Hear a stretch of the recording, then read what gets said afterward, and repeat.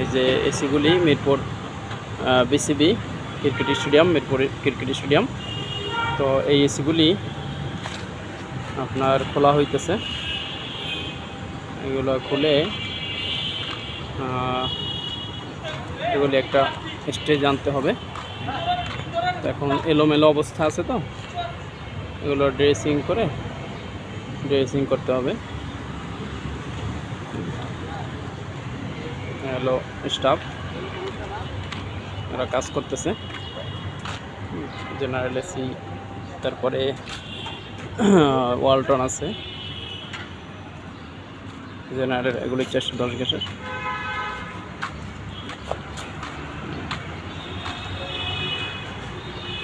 এগুলি হচ্ছে ড্রেসিং রুমের, বাংলাদেশ ড্রেসিং রুমের